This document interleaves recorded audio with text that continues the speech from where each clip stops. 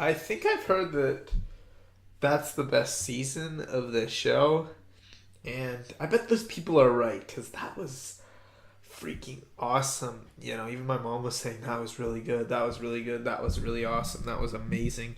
That's definitely the best season of any TV show I've seen. That was just so incredible, and it's kind of hard to talk about because when we started with season one, when we started doing these reviews, it was like there's about three storylines going on. You've got whatever's going on with the Targaryens and Khal Drogo, and then you've got the Starks and Winterfell, and then you kind of just had, and I guess you'd throw in some of the Lannister stories, but you didn't really have a lot of stories. And now pretty much every character from that first season has their own story, so it's difficult to talk about.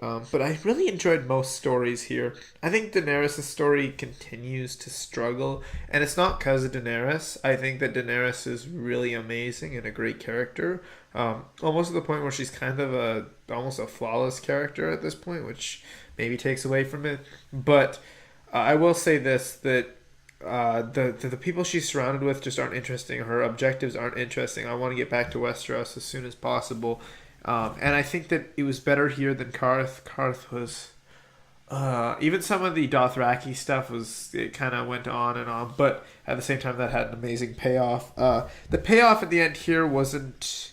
I don't think it was quite as good as the payoff in her last two endings of a season. And then the Jon Snow arc was really interesting. I think that there were points where it was kind of but there's also points where it was really cool.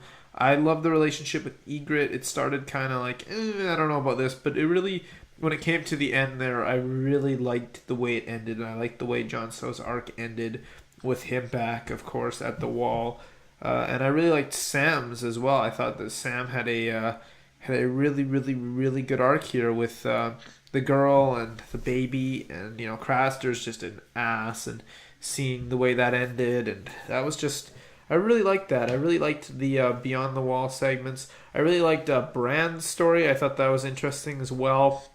But I think that the key to it all, I think the key to this season really seems to be what happens with Robb Stark, and this is his downfall. And you see it coming. You technically saw it coming back in the season before, but now it builds up to the Red Wedding. And I think, I did hear about the Red Wedding. I knew there was an event called the Red Wedding where a bunch of people died in this season, but I wasn't prepared for that, even when people told me this is going to be not good, and I was scared it was coming. I knew which episode to be worried about, but it still was like. I really liked Robb Stark. Obviously, I think he was definitely one of the weaker players of the Game of Thrones. He didn't have that tenacity to him, and the only time he did was when he was being a good guy. Like, consistently, Robb Stark is one of the best guys throughout the whole series. Basically as honorable as his father. And just seeing that continue, seeing him kind of live as his father, and then seeing his downfall. It was just a really brutal scene. It was just one that I've seen the reactions where people are crying and screaming and acting like they're at the wedding. Just seeing, we all know George R. R. Martin kills his characters, as we saw with Ned. That happened with a lot of fanfare, and then we saw Renly die, and it's like, oh, Renly's dead, but then it's like, where are we going to go from there? Because Robb was almost kind of almost the main character, I'd say. Not quite, but he was definitely up there. He seemed like the big focus. He was the one that I think everyone was rooting for. I think everyone wanted him to be king of the North and wanted him to win the war against the Lannisters, and just seeing it.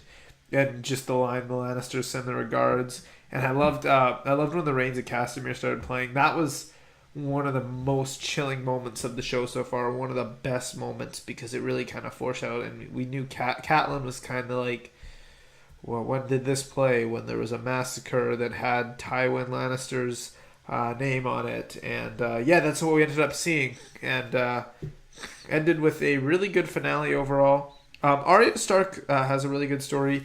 Really sad how she ties into the Red Wedding there. It's really tragic, actually.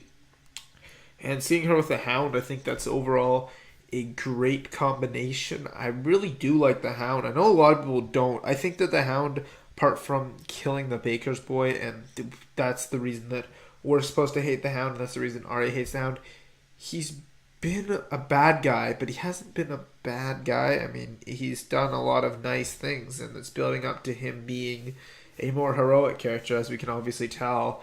And I think that him and Arya, I mean, Arya is probably going to learn how to become a killer from the guy that killed that granted her three deaths.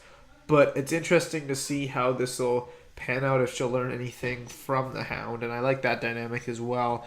As always, the Lannisters are interesting.